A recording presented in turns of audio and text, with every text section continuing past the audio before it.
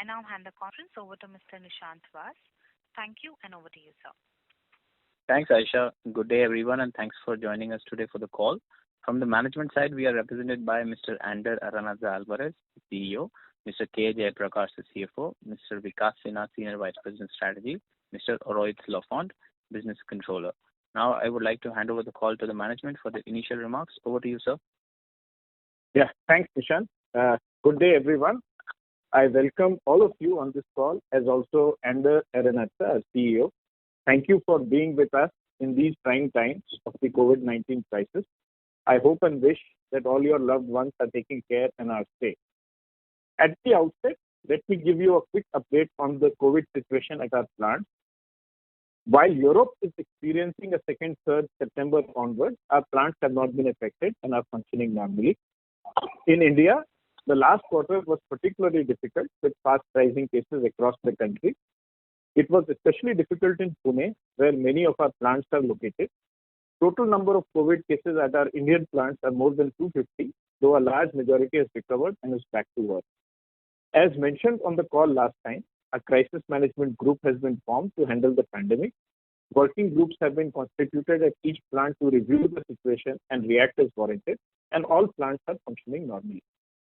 Let's proceed to the presentation. The legal structure of MCIE and its subsidiaries is shown in slide 3. We would like to point out that in this quarter as well, CIE has chosen to reiterate its commitment to MCIE by acquiring an additional stake, taking their shareholding to 60.18% from the previous 58.02% at the end of last quarter and 56.25% at the end of last calendar year.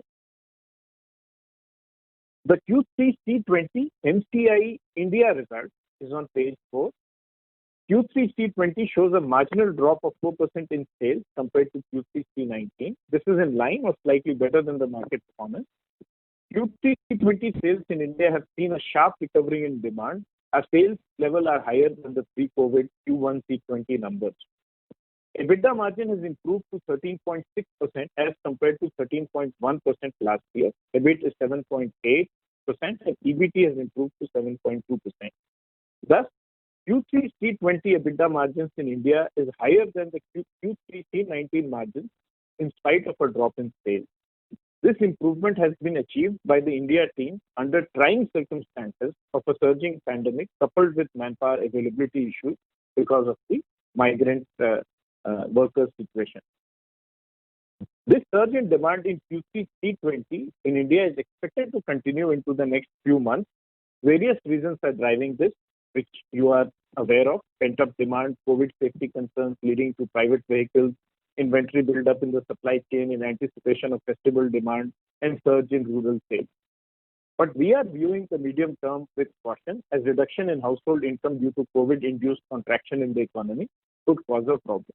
Of course, the long-term prospects in India remain positive, as there is enough room for growth on vehicle ownership, farm mechanization, and road building. To face up to these medium-term uncertainties in demand, we continue to focus on break-even point reduction at our verticals and are increasing our efforts to bolster our order book, especially through exports. On page 5, we have the results for MPI Europe for Q3 T20. While the demand is coming back slowly, the sales have predictably been lower than the sales of last year. In line with the market drop, MCI Europe has seen a decline of 22% in euro terms. Car forging, based out of Spain and Lithuania, and the gears company based out of Italy have positive expectations for next quarters, but the truck forging business based out of Germany is still in a challenging situation. The MHCV market, which the German operations serve, continues to be sluggish and is estimated to have dropped by 23% in this quarter. Overall, in Q3 T20, MCI Europe EBITDA percentage was 9.9%, EBIT at 5.4%, and EBT at 4.2%. Restructuring actions are ongoing at our German operations and has cost 270 million Indian rupees. This negative impact, however, has been partially offset by the sale of real estate at our closed Jeco plant, which has yielded 162 million INR of profit. Net exceptional cost is therefore 108 million INR. Without these, the EBITDA percentage of MCI Europe in Q3 T20 would be higher by roughly 1.3%. this would only be slightly, if we add this 1.3%, then the EBITDA margin will only be slightly lower than the EBITDA margin in Q3 T20, despite the sharp drop in sales. That's the point to be noted here. And now if we go to page 6, we will see the consolidated Q3 T20 results, which are a combination of both India and Europe, minus 8% growth, degrowth in sales, minus 12% in EBITDA, 20% in EBIT, and 22% in minus 22% in EBT when compared with the same quarter of last year. Without restructuring one-time costs incurred in this quarter, operational EBITDA margin would have been higher than what it was in the same period of previous year. On page 7, we see the 9-month CY20 performance of Mpi India. This shows the cumulative impact of the 3 quarters. The revenue is INR 18,152 million at an EBITDA margin of 9.7%, EBIT at 3%, and EBT at 1.8%. On page 8, we have the 9-month T20 results for Mpi Europe. The sales have fallen in line with the market vis-a-vis the same period of CY19. The revenue is INR 21,376 million, EBITDA 1,253. The EBT is particularly noteworthy. EBT is roughly about 18 million. The EBT is particularly noteworthy. It is positive despite the lower market scenario and the one-time impact of INR 452 million incurred over this year due to restructuring at our German and Italian operations. On slide 9, we have the 9-month T20 consolidated results of MCIE, which are a combination of the tough first quarter evolution in both India and Europe and a disastrous second quarter with some normalcy restored in the third quarter. We should point out that we have reached EBT breakeven for the 9-month period despite a disastrous Q2 C20. This shows that the company remains resilient in the face of the crisis. In conclusion, I would like to reiterate that we have begun working to adapt our company to the new scenario, demonstrating our reaction speed and our managerial efficiency. MCIE is on its way to normalcy and well placed to exploit opportunities in favorable market conditions. Thank you. With that, we can proceed to Q&A. Thank you very much. We will now begin the question and answer session. Anyone who wishes to ask a question may press star and 1 on their touchtone telephone. If you wish to remove yourself from the question queue, you may press star and 2. Participants are requested to use handsets while asking a question. Ladies and gentlemen, we will wait for a moment while the question queue assembles.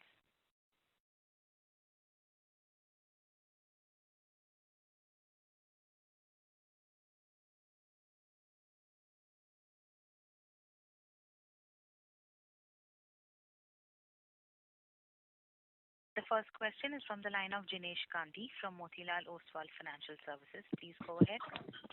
Hi, sir. First clarification on CIE Europe's accounting.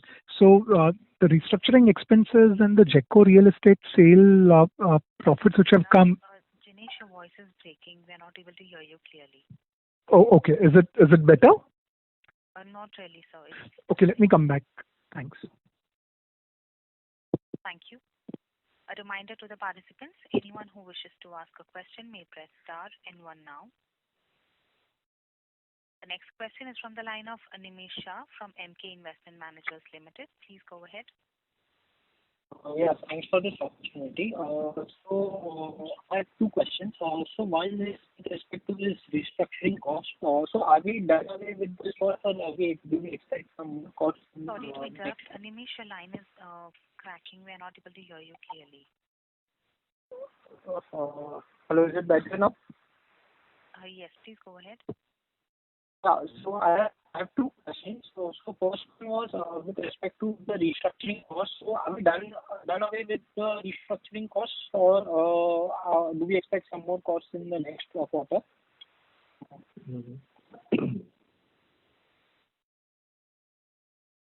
Okay.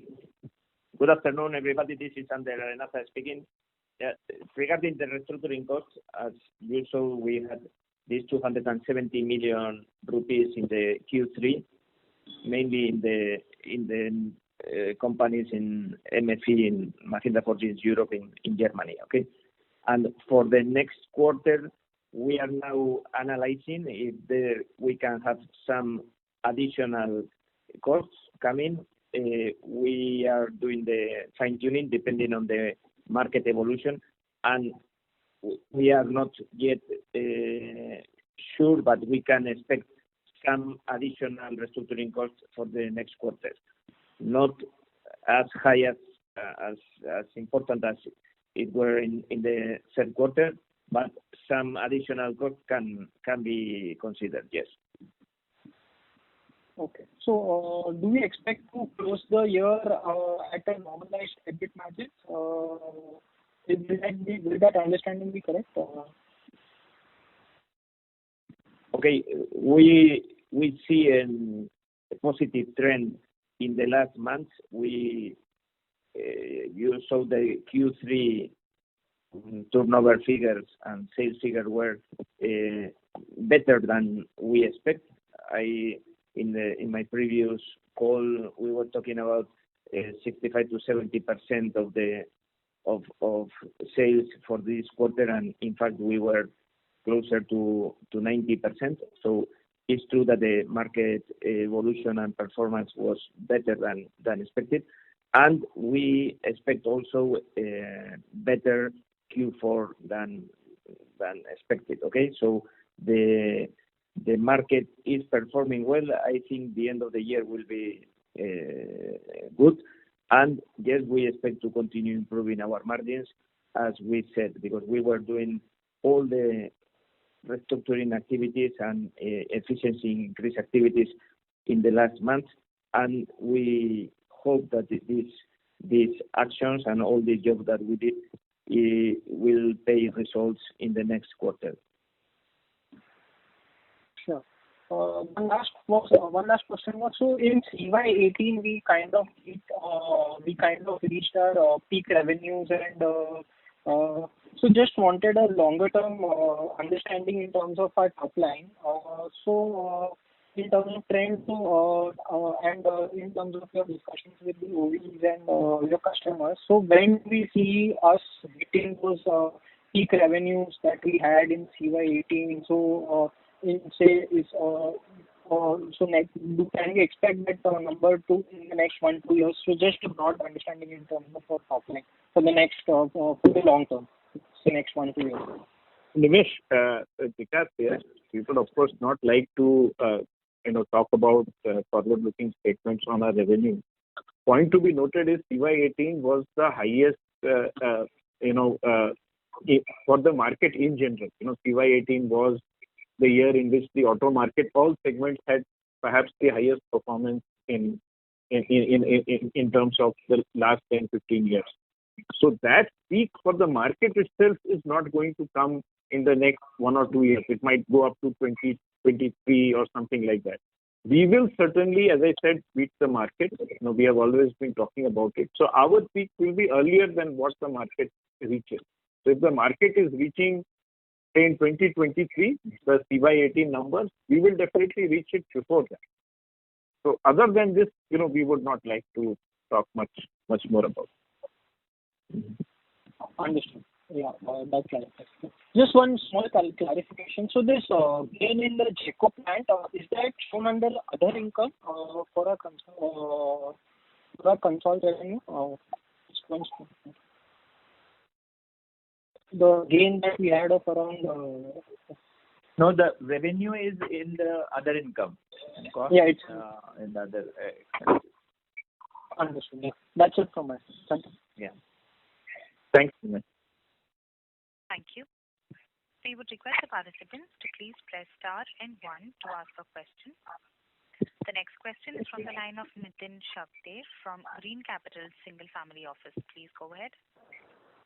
Hi, good afternoon to the management. I just wanted to have a bit of an idea on the demand side from the Indian segment on tractors, two-wheelers, LCVs and MHCVs. If you could just paint a bit of a demand on exact segments and how is the traction looking like? Nitin, if I can understand your question, you are saying for our major segment, which is basically light vehicles, including like cars, UVs, LCVs and vans, two-wheelers and tractors. You also asked about MHCVs. what is the demand situation? Are you talking in the near term, medium term, or long term? In the near term, I would say let's analyze next quarter or the quarter after that. No, I think, as I said in my opening remarks, I think the next few months are looking quite good for all segments. Of course, among all these segments, I think two-wheelers and tractors have recovered the sharpest. They continue to be at those levels as of now. MHCV was the laggard, but even MHCVs are showing better results. It still remains below what was last year, but they are showing better results. The other segments are probably showing a little bit of growth on what was happening last year. So the next few months, as I said, are looking quite strong. Okay, and you see continued catch-up between the urban segments where the demand arises, so specifically two-wheelers and cars to catch up more, or do you see the tractors and medium heavy vehicles which are most used in rural segments to be doing far better? As of now, yes, the rural side is doing a little better on the urban side, but we have to see how the festival demand shapes up in India. I think the expectation is that it will be a good demand. I think the inventory in the supply chain has gone up quite a bit in anticipation of that. So I would think the festival demand would also see, urban sales as much. The question is what happens after the festival season. For that, as I said, we need to be a little bit cautious, and that's the reason why we are focusing more. We continue to focus on the break-evens at our Indian verticals, as well as trying to see if we can shore up our order book in whichever way possible. But next few months are looking okay. Okay, great. That's all from my side, and all the best. Thank you. Thank you. Thank you. The next question is from the line of Hitesh Goel from Kotak Securities. Please go ahead. Yeah, thanks for that.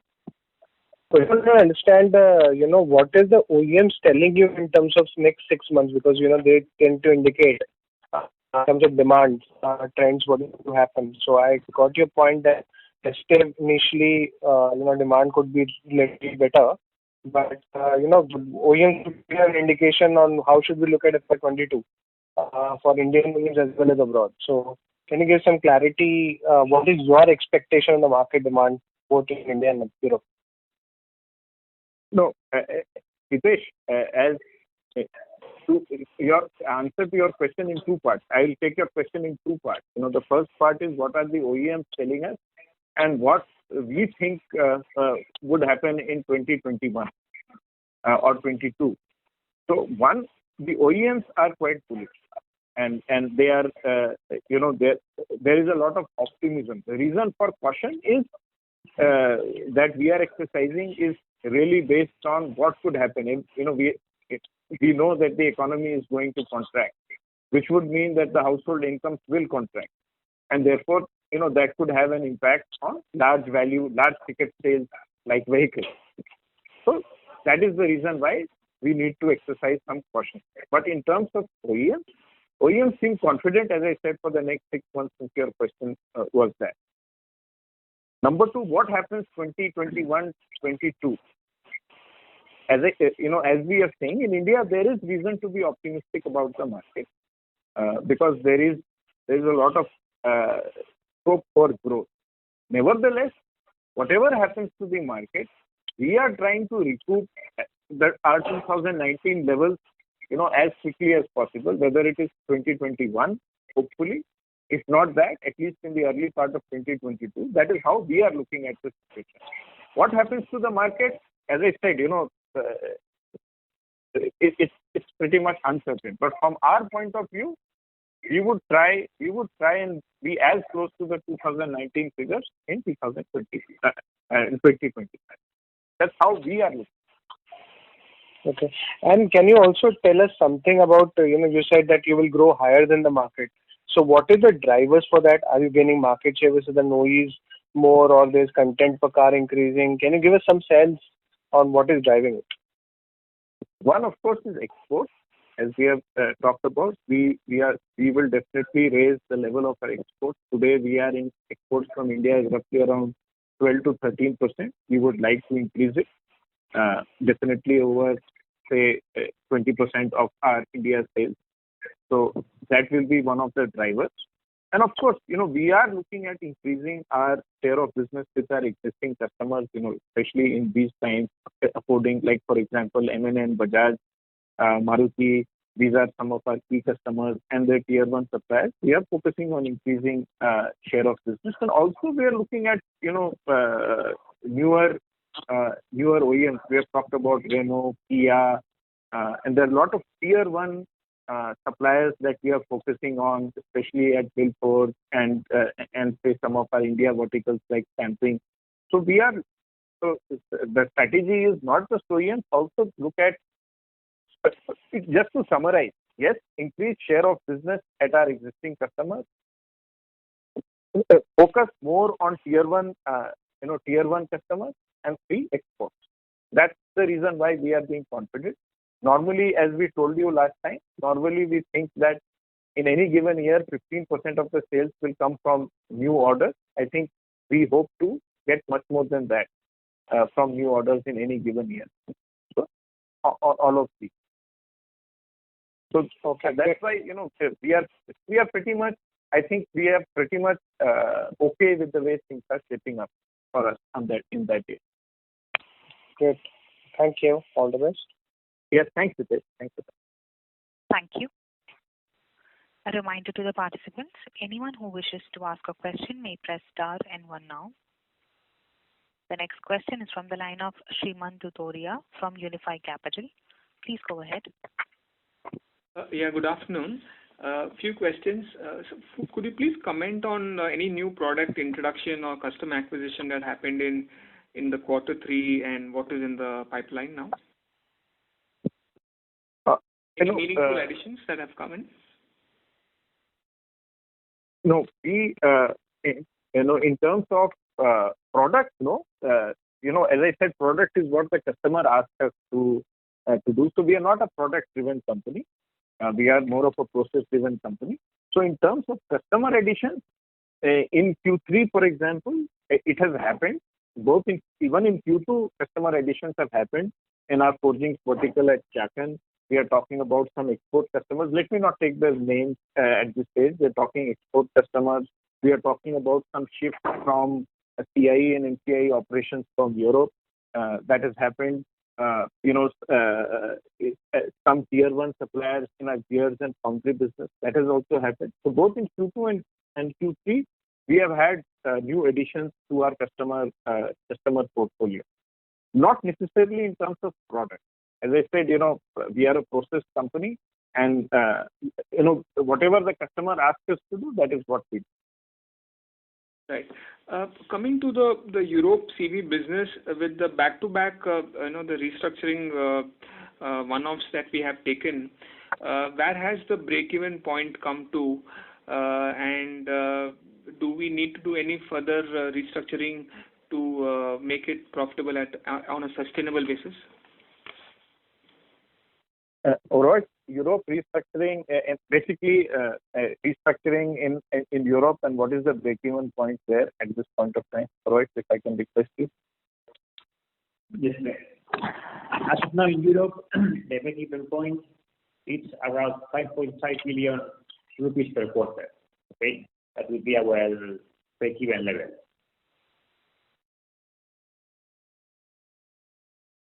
Right. So, do we need to make further restructuring? I'm not sure what is the quarterly run rate now, but at what level of utilization would we break even, say at EBIT level?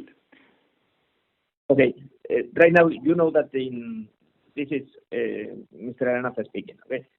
That we have three verticals in Europe. Okay. One is the passenger car forgings that we don't need any additional restructuring. That that division, that vertical is working well, and the market is coming, so we are in a pretty good figures in that vertical.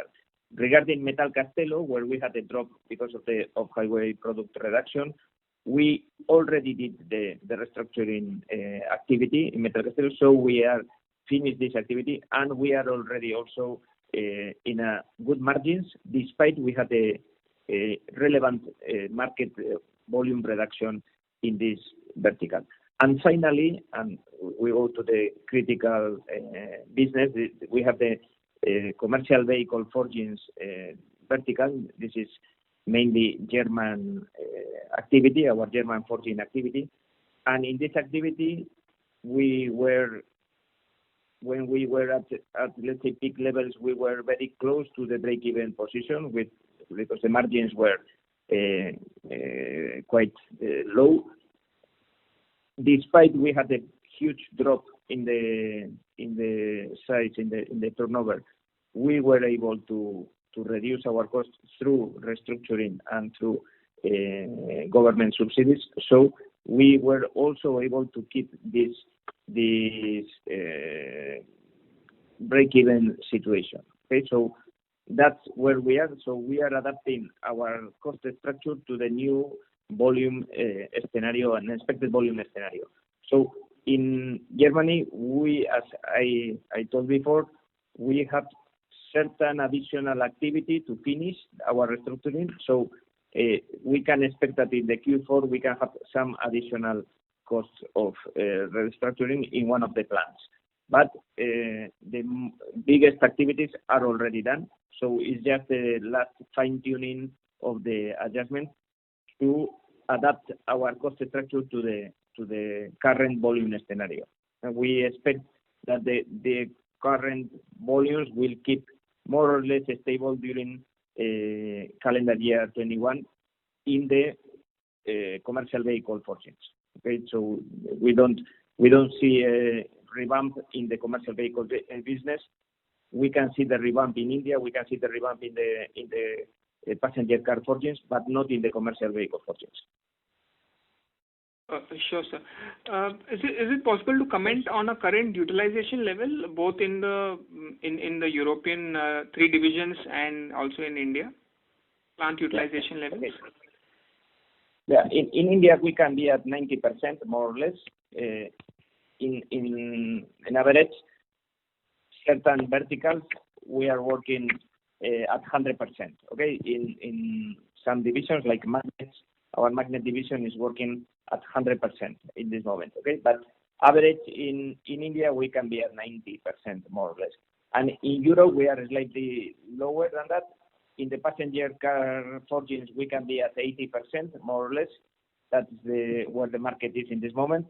And in Germany, where we had a higher capacity, now we can be at 70%, 65-70%. That is the situation more or less.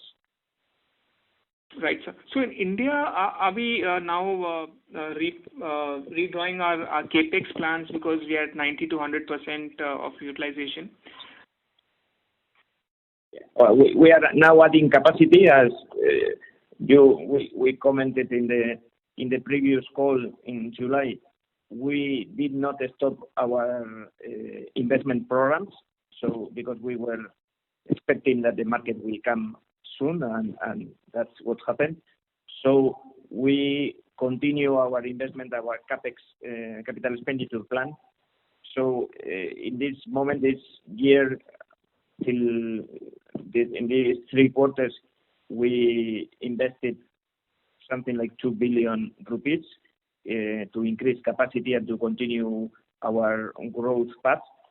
And we will continue this trend. So yes, we are adding capacity in certain verticals. We are improving our facilities so we can continue growing, and we can continue, let's say, our growth trend and our growth expectations. That we, of course, it's our strategy in the long term. So for full year, what would be the numbers? So for 3 quarters, you said 2 billion rupees. Yes. By 20, what number we are looking at? Okay, we have not yet, let's say, approved the budget for the next year, so I cannot disclose these figures yet.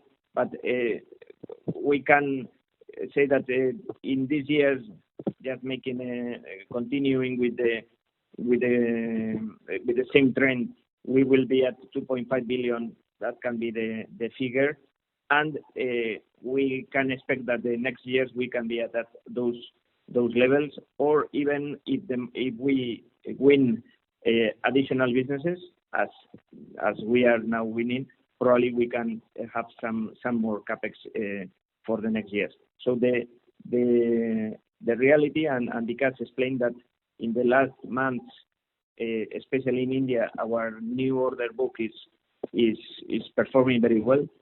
We are already above our internal targets for the calendar year, complete calendar year. So we expect that these are the best signs, because these programs will come back to, let's say, will be additional sales in 1.5 to 2 years. So those are the realities that our order book is performing well, and we are getting, as we have the competitivity and the quality and reliability that the market requires, we are increasing or improving our position with our customers. Sure, sir. Sir, one point which was highlighted to the earlier participant's question was the export mix from India. You're planning to increase from 12-13% to 20%. What time frame we are looking for this ratio to change? Yeah, hi. Yes, Vikas. Yeah. So Srimant, we will, of course, we are talking of any addition will take roughly between 12 to 18 months to 35. So that's the time period that we are looking at. So by the real impact of all this will start happening from H2 next year on the export side. So it will take that time frame it does take in activating those orders. So 12 to 18 months. So H2 of next year you can see for that purpose. So this will be lumpy from the H2 onwards if you're giving a time frame of 12-18 months. No, it won't be lumpy. It suddenly won't go from 12 to 20% from H2 onwards. It won't happen. I'm saying that increasing revenues from exports will start coming from that period. Okay, sure. Thank you. I'll get back in the queue. Srimant, there were two other things that I would like to highlight among your question on Europe break-even point. Yes. I think, in Q3 T20 in Europe, we were at 11.5% EBITDA. And in this quarter, Q3 T20, if you add that 1.3% one-time cost, so we will roughly be in the range of 11.2 to 11.3. So we are very close to that 11.5% number with a 22% drop in euro terms. So when we talk about break-even points reduction, this is the kind of real results that you're talking about. The EBITDA margin in real terms has dropped only by 0.2 or 0.3% in spite of a 22% drop in euro terms. So that's on break-even point in Europe. The second point that you were asking was about CapEx. I think normally we spend about 5 to 6% of our sales as CapEx every year. That's the thumb rule in the industry. This year, in spite of whatever capacity additions that we are making in areas we require, it will be lower than that figure. That 250 crore figure is lower than that 5 to 6% figure. So we are exercising caution in spite of the fact that there is need to add capacity in different areas. So only wherever it is required, justified, and the profitability numbers are assured, we are putting in CapEx. So we continue to be cautious about CapEx, but we appreciate the point that growth is coming back strongly, and we need to keep up with it. So please bear this in mind on CapEx.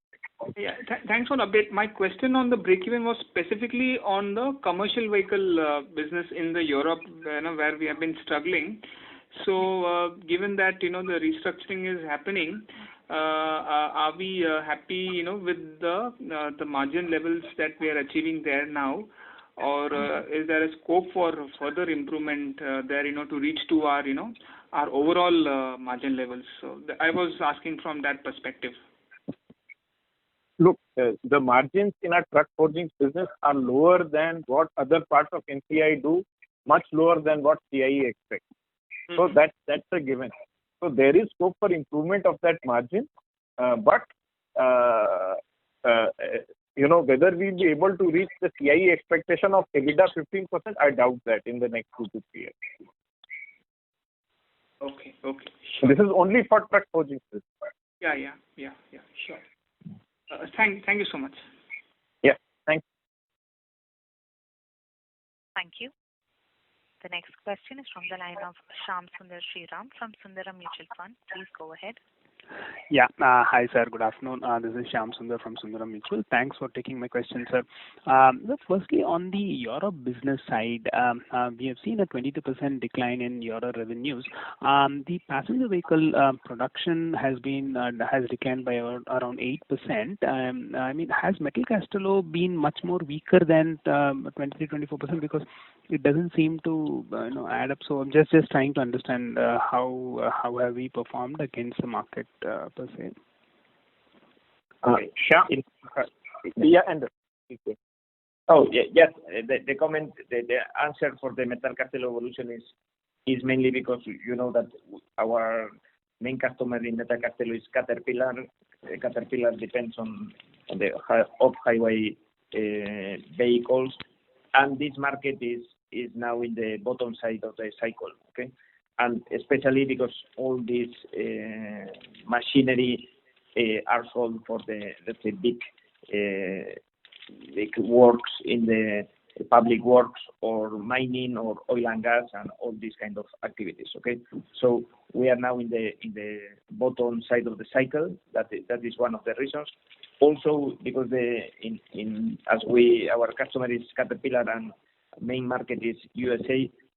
Due to the elections, all the, let's say, public works activities is now stopped until the elections happens in the beginning of November.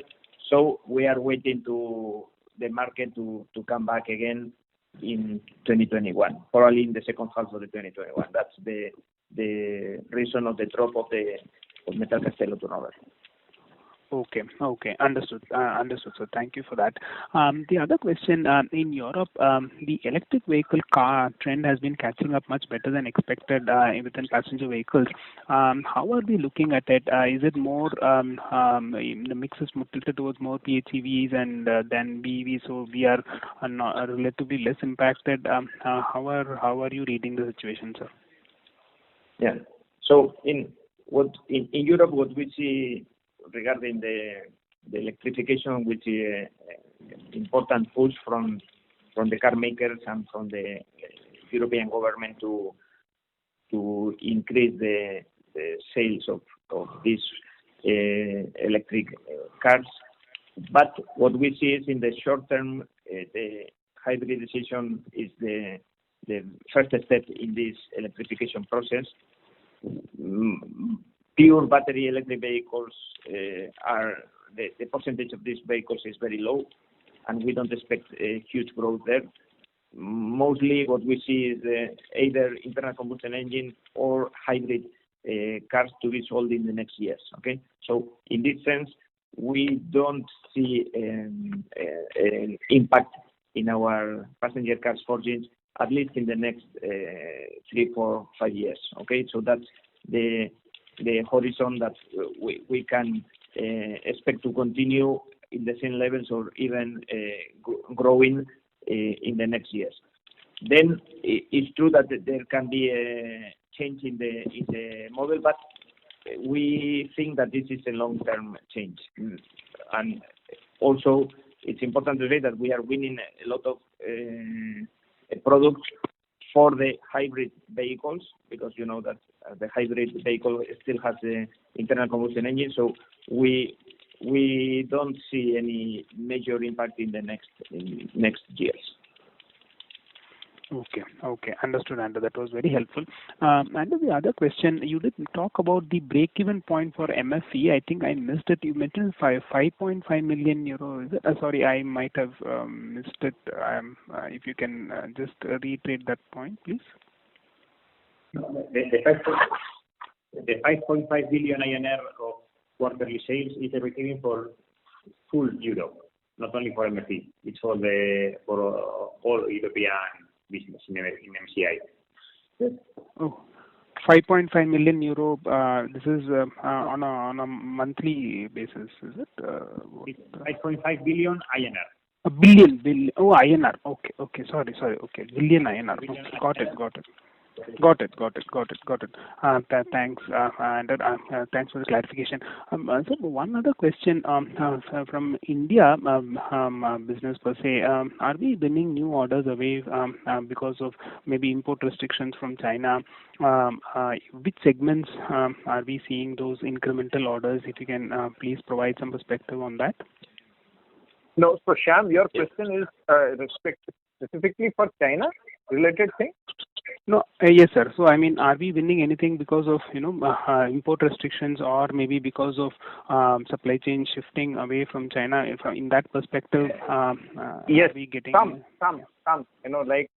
It would be the China thing will have, a very small impact. So, small businesses, the small business wins we are winning maybe to the tune of 2 to 5 crores per month, 2 to 3 crores per month, largely in two verticals, gears and magnetic products.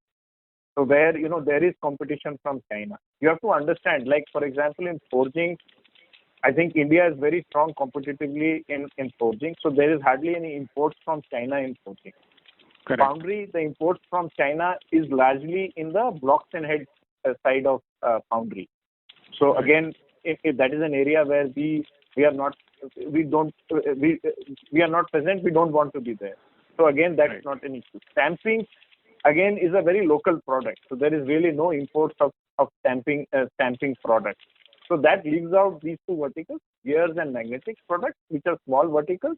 And we are gaining a bit out of the China situation. It's not that we are not gaining. In fact, in our magnetic products business, we are competitive with our Chinese competitors. I think we compete with the Chinese imports in the magnetic space. It's a small business, so you have to remember. So we are gaining some, but in the areas that we operate in, I think the Chinese imports is much less significant. Even say in aluminium, there's not much of Chinese imports on the aluminium side, both for four-wheelers and two-wheelers. So wherever we are gaining some, but small. Understood, sir. Understood. Sir, just one question.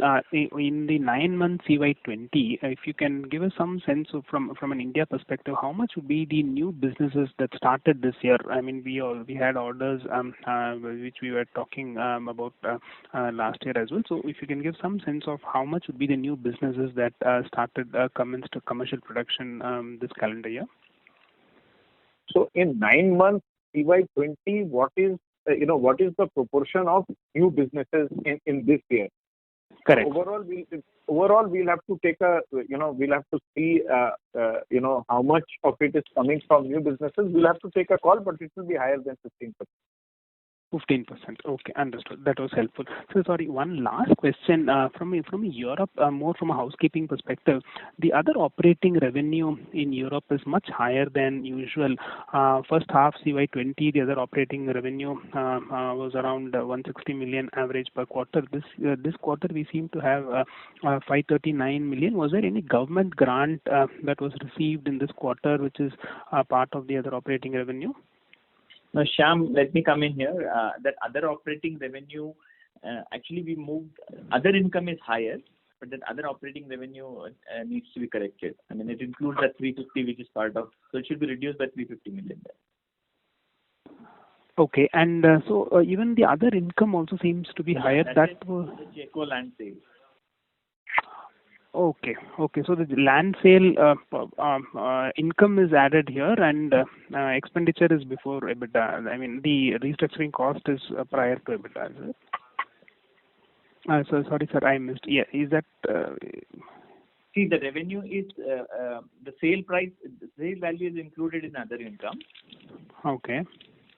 And the expense is also above the EBITDA line. So the net income is part of the EBITDA.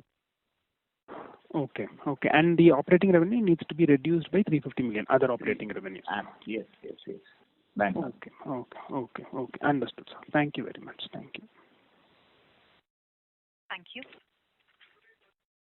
The next question is from the line of Jinesh Gandhi from Motilal Oswal Financial Services. Please go ahead.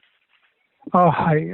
So just continuing on that question of other operating income, INR 350 million should be removed from other operating income.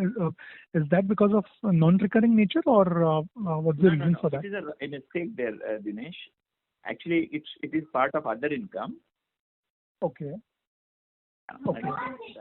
Other operating income, we should reduce that. It got included in both places. So this is from the investor presentation. Yeah. So there was that. That clarificatory slide. Yeah. That other income, other operating income slide. I think it has got mixed up there. Okay. So it's not included in both the places, other income and other operating income. Okay. So other operating income should be close to about 180 million rupees. Yes. Correct. Okay. And other income remains 379.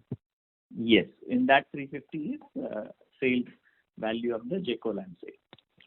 Okay. And profit is 162. Okay. Got it. A second question pertains to with respect to this opportunity on the input substitution, which we talked about. There was one question on that. So are we looking at areas which we currently, or technologies which we currently don't have, or which is not currently in our focus area of parent, but could be a big opportunities? Are we open to such opportunities, say like electronics or other segments which can be large segments from India market perspective, but globally parent is not focusing on that? No, Jinesh. We will stick to the perimeter in which CIE operates. Okay. Right. And secondly, with respect to benefit of restructuring at MFE Germany, so what kind of reduction further we see in break-even points? Break-even point reduction. 5.5 billion revenue is post third quarter's reduction. Yeah. So under Roy, the question is, today the break-even point in Europe is 5.5 billion. How much further reduction do we envisage? We could expect another 200 million rupees of reduction. Yes, in the quarterly sales figure. Yes, we can expect another 200 million rupees of reduction per quarter sales. Okay. So we can reduce it from 5.5 billion to 5.3 billion. Okay, got it. And lastly, with respect to the new orders which we are getting and targeting, so is this made up of new products and new customers largely, or this will also include ramp up with existing customers as well? No, it will include ramp up with existing customers also. It will include newer customers, less newer products, because as we say, products are what the customers ask us to make. So it would include all three. So in newer customers, largely it will be newer customers, because with existing customers, normally what more they ask, some of it also goes away. So it normally balances out. So you will have newer customers. Largely newer customers would be driving. Right. And lastly, on the export front, the numbers which we are talking of 20% of sales, would this include exports with respect to shifting from Europe to India? Yes, it would. Okay, got it. Okay, thanks. All the best. No, that's the reason why we think it is very much achievable. Right. So, but that would be coming from our existing European operations to India operations. So at console level, it might only improve profitability, right? Some of it will come from MCIE Europe. Some of it will come from CIE Europe. Okay. But so when you are saying CIE Europe, effectively the overlap of technology is currently only on forging side, right? Yes, Yes, and there are a few others. So they input materials from them. They also do a lot of machining and a lot of other things that happen. So inputs for that and so on. So it won't be any direct conflict. It would be some of the input parts that they may require input forging for whatever is being done in CIE Europe on the machining side. Okay. So that kind. Okay. Understood. Okay. Thanks. Thank you. The next question is from the line of Preeti RS from UTI Mutual Fund. Please go ahead. Hi, thanks for taking the question. So it's a bigger question. I want to know what is the gross debt level and what is the cash absorption that happened in the pandemic quarter for the fixed cost. Preeti, can you repeat the two questions, please? Yeah, I asked what is the gross debt as of now, as of latest quarter, and what was the cost absorption that happened in the Q1 to absorb the fixed cost. No, cost absorption, when you say that, what exactly you have in mind? I mean the extra loss that we had to incur. In Q2 of Q2 C20 you are saying? Your Q2, right. So in Q2, how much loss happened in Q2 is the question? Yes. Okay. JP? Yeah, I'll take it. So if you look at our June results, ma'am, our consol loss stood at almost 600 million. Right. Okay, and now we've turned positive, and we are now about 350 million profits. So that's as far as the profit is concerned, the loss part is concerned. On debt, we have as we stand at the end of the quarter, we are about in terms of total debt, net financial debt. We track net financial debt, ma'am. So I have that figure readily available. It is 16.1 billion, which includes this year we had a accounting standard change. So 2.5 billion of Ind AS 16 related change, and currency has been the euro has been strengthening in the last 9 months. That impact is about 1. So really, if you ask me, the debt has gone up by about 1.2 billion over December 19, which is largely because of the working capital increase or the free cash flow for the period. Okay. And in this, the almost close to 600 to 700 crores is the forex debt. Is that right? Sorry? What part of it is the forex debt? The foreign debt? Foreign denominated debt? There's hardly any foreign debt, madam. In India, we don't take any foreign currency loans. There's some part of it in Aurangabad Electrical, but it's very insignificant. And in Europe, it's all in euro only, so there is no exchange risk there. No, JP, the question is, out of that in net financial debt of 16 billion, how much is debt in India? How much is debt in Europe? Yeah, so Indian debt would be on a net financial debt basis, it will be about 1 billion. I mean, not more than that, about 1 billion. Okay. Everything is Europe. Europe and got it. Understood. Yeah. Thank you. Thanks. Yes, thanks. Thank you. The next question is from the line of Rajesh Ranganathan from Doric Capital. Please go ahead. Hi, thanks a lot for the opportunity. In response to an earlier question, you had mentioned that you expect hybridization to be the main drive going ahead and not pure EVs. But let's just, for the sake of argument, let's assume that we do shift to EVs in the future. What would be the impact on our sort of addressable market per car? Rajesh, this question, if 100% shift to EV happens, that is the supposition. So what part of our revenues will be affected? So that part of the revenue which is related to the powertrain, essentially, which is engines and part of the transmission, not entire part of transmission, but some part of transmission will change. So how much of our business is related to that? Roughly 20% in India, roughly around 28 to 30% in Europe. It comes down to around 25%. If 100% EVs happen, so that is the kind. So we are talking about things like crankshaft or engine gear. So those are the kind of things that we are talking about that will go away.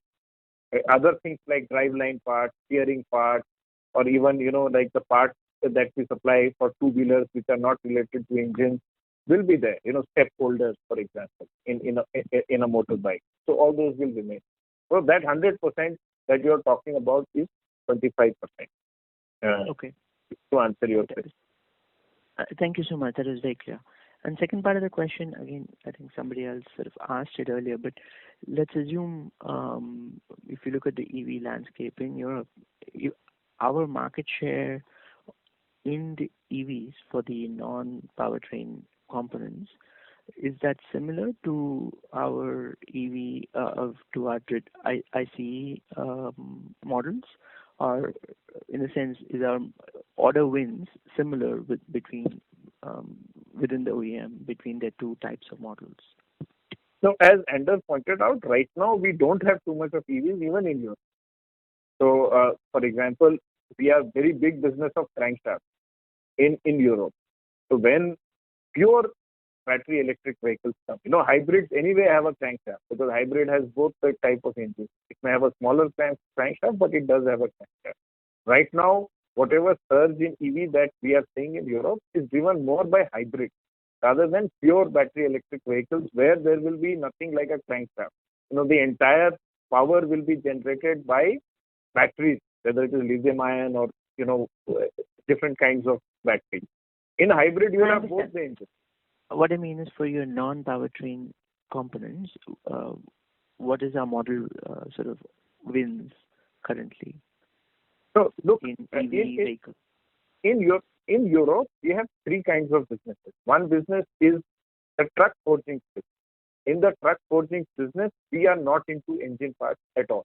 In the truck forging business, the kind of parts that we supply are things like I-beams, that big I-beams that we do. None of them is engine-related part in trucks. Even though trucks, even in Europe, the electric trucks might take very, very long time, but we are not in the powertrain part of truck forging at all. This is a German operation. Similarly, in our gears business in Italy, we supply largely to the off-road market, customers like Caterpillar, CNH. I don't think these will be affected by EV at all. Among the three businesses in Europe, almost 60% has nothing to do with the electrification. So the one business that will be affected is the car forging business, which is based out of Spain and Lithuania, which does basically two kinds of parts, crankshafts and CV joints. CV joints, again, which is more driveline parts, will not be affected by EV. So what will be affected is crankshaft, which is, as I said, roughly in Europe will end up somewhere around 25 to 30% of our business in Europe would be this particular area. And do we have order wins in the non-powertrain part? Yes, as I said, we have CV joints, or CV joints and the related driveline parts that we supply. So we have that business. Thank you for that. And other question was related to your government grants. So how much was that in, say, in the September quarter? And what will be the impact going ahead of that grant continuing or not continuing? Okay, so the grant accounted for in this quarter only is about 12 million INR. Okay. Last quarter it was much bigger. It was about 122 because it was a cumulative impact. If you see, the entire grant is about 2.5 billion, which will come over. That's the entire grant, but in consol it will be around 1.9 billion because 600 was already accounted for in the acquisition accounting. This 1.9 will get recycled into P&L over a period of 5 to 6 years going forward as we start, as the GST paid to the government accumulates. Right now, In the console, we have, the claim that has been submitted to the government is only 1 billion. So Rajesh, the question on this grant that we are talking about is the Maharashtra subsidy scheme that we are part of. Was your question related to this, or was your question to government support during the pandemic in European plant? That my question is related to the second part, the European pandemic support. Oh, I'm sorry. I thought you were talking about it. So this, what GP has answered is the subsidy part that we are getting in Aurangabad Electrical, which is the Maharashtra government subsidy when you make a particular investment. So that is very clear and that is very set, and as JP would explain, that would be there. The government grants are not shown separately. That's part of the cost structure. I'll request Rohit to answer on how much government support we got in April to June and how much in this quarter, if at all, July to September, in Europe. The second quarter, as we had a big drop on sales, the government grant was around 4 million euros in all our verticals in Europe. Okay, so the impact or the support from the government was important. In the third quarter, as the market came back and let's say the volumes came back, so we did not need so big support from the government. So one side. Also, it's the third quarter in Europe is the holiday season where we have the August holidays, 2-3 weeks holidays. So the real impact of the government grant in the Q3 was less than 1 million euros. Okay, so it's not relevant. Okay. And going ahead, do we expect this pandemic support to continue, or it's over now? We will use it in the next quarter, but it will be also a small amount. Okay, not relevant. Something in Germany, and we will use also something in Italy, in Metal Castello, due to the low sales. But it will not be big amount. Okay. Thank you so much. Appreciate your responses. Thanks. Thank you. The next question is from the line of Shashank Kanodia from ICICI Direct. Please go ahead. Yes, sir. Good afternoon, and thanks for the opportunity. Sir, just a couple of things from my end. Like you mentioned, that the import substitution is a smaller opportunity in India. Shashank, we are not able to hear you clearly. Hello, is it better now? Are you on the speakerphone right now? No, I'm not using a speaker. I'm calling from my phone. Okay, no problem. You can go ahead. Yes, sir. A couple of things from my end. So, like you mentioned, the import substitution is a smaller opportunity in India. Even on the European front, since 92% of the business is forging, so even their import substitution or China plus sourcing strategy is a smaller opportunity? Again, Shashank, if I've got your question right, you are asking, how much scope for import substitution exists in Europe in the forging business, right? Right. Is that the question that you are asking? Yeah. So again, on the car forging side, which is the crankshaft and CV joint business, I think the competition is mostly within Europe. So it is like for the crankshaft business, the biggest competitor and the larger player than us is ThyssenKrupp. As far as the truck forging business is concerned, the competition is less from China and more from countries like India. Like I think Bharat Forge is a very big supplier to the German truck forging market. From Turkey, again, Turkey is emerging as a big competitor for the German truck forging business and less from China. So the aspect of import substitution is not very relevant in the European context.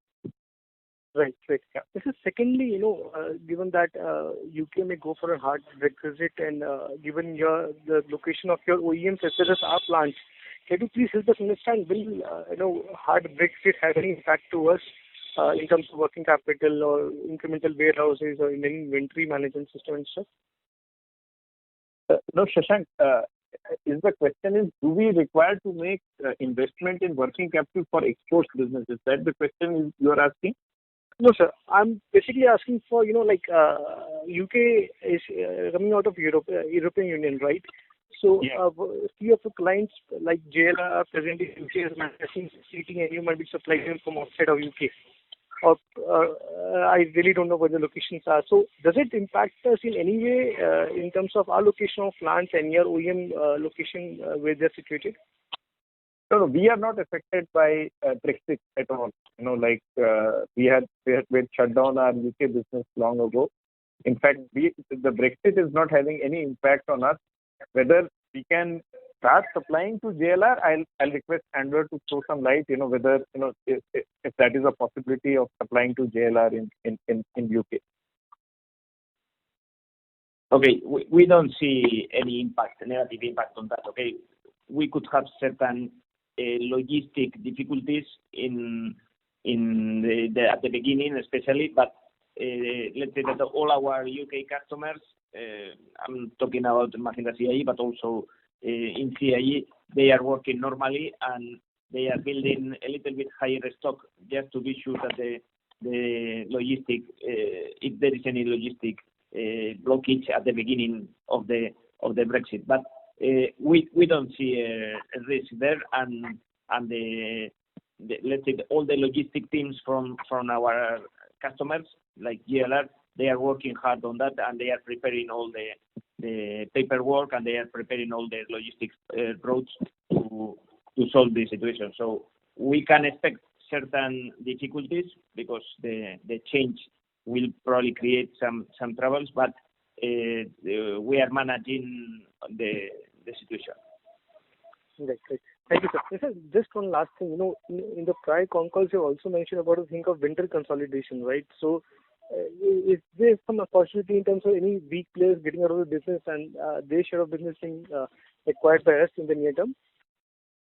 Shashank, I couldn't hear a large part of your question, but let me paraphrase it and tell me whether I'm right. Essentially, you are saying, do we foresee any opportunities for industry consolidation and whether we can acquire companies in the period? Is that right? Yes, there are opportunities, but as I said, our key focus right now remains on getting our business back on track, and our first priority, even if an OEM asks us to buy a company, we would request them to see if they can shift the orders rather than asking us to buy the company. So that would be our first priority. But yes, we keep looking at opportunities, and if something good emerges and something that fits in with our strategic priorities and the return on investment going forward, we'll certainly look at it. Thank you so much, sir. Thanks for the speech. Yeah, thanks. Thanks. Thank you. A reminder to the participants, anyone who wishes to ask a question may press star and one now.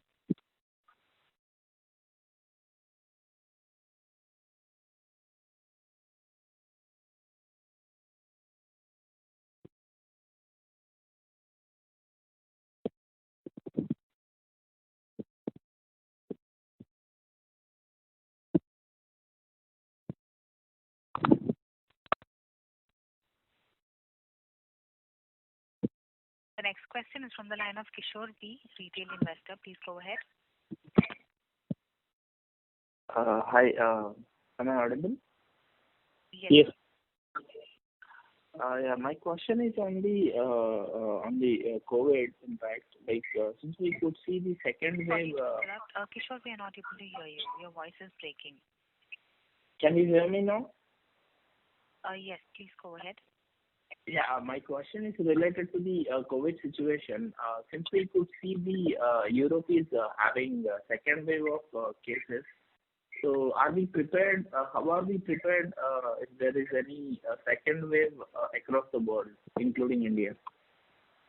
Kishore, to answer your question, in India we forget the second wave. We are going through the first wave, and it has affected us quite a lot. As I said in my opening remarks, I think we have had more than 250 cases in India. Many of our plants are in Pune, so we have gone through this difficulty. We have very set processes in place. In fact, most of the people, I would say 80% of the people who have been affected have actually come back to work. So Okay. all those protocols are in place. In fact, we had got some of those protocols audited by a third party during May or sometime during May of that year. So so in India it is very much well set. Coming to Europe, yes, there is a second surge. But as I said, our plants, which are largely away from the cities, are not so much affected at this point of time. But protocols are already in place in Europe, and they are strictly being followed. I guess both Ander and Oroid, they are in office today, and they are following similar protocols with masks on, sitting very wide from each other. So those things are being followed. But I'll request Ander to throw some light on how prepared are we in Europe for any second surge or whatever. Yeah, please.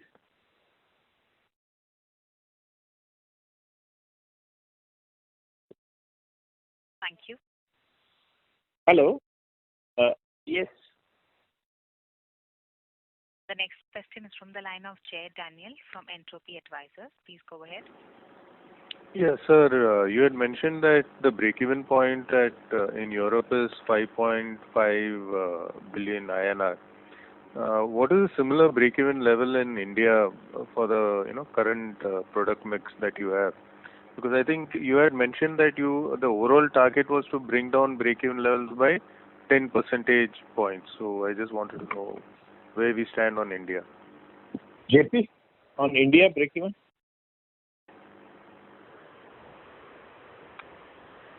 Hello. Yeah. 5 billion. Yeah, I think Oroid has answered that. How much is it, JP?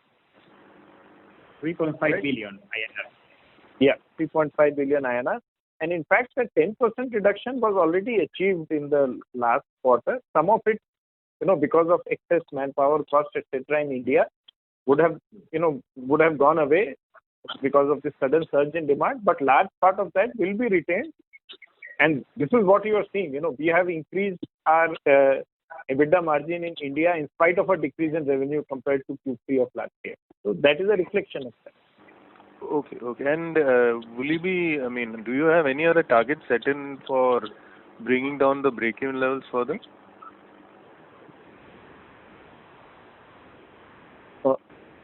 Right now, I think, yes, we will keep on it. As I said, going forward, given that we see uncertainties in the market, we'll keep monitoring the break-even levels if required. But right now, the priority is on the top line in India. Clearly, because yeah. Okay. Thanks a lot. Thank you. Thank you. Thank you. I would now like to hand over the conference to the management for any closing remarks.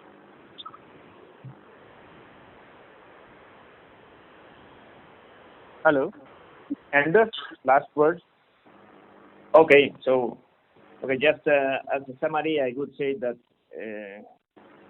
this quarter has let's show that our company is coming back to normality. We are again in the pre-COVID levels, very close to our expected margin levels. And we expect to continue improving in the next quarter. So overall, we are quite happy with how we performed and how we manage this huge crisis in the market. And now I think we can think again in the growth and in the margin improvement for the future. So just to say thank you to all of you for your questions and for your collaboration and participation in this call. And I hope to see you or to hear you again in the next call in December. Thank you very much. Thank you. On behalf of ICICI Securities, that concludes this conference. Thank you for joining us, and you may now disconnect your lines.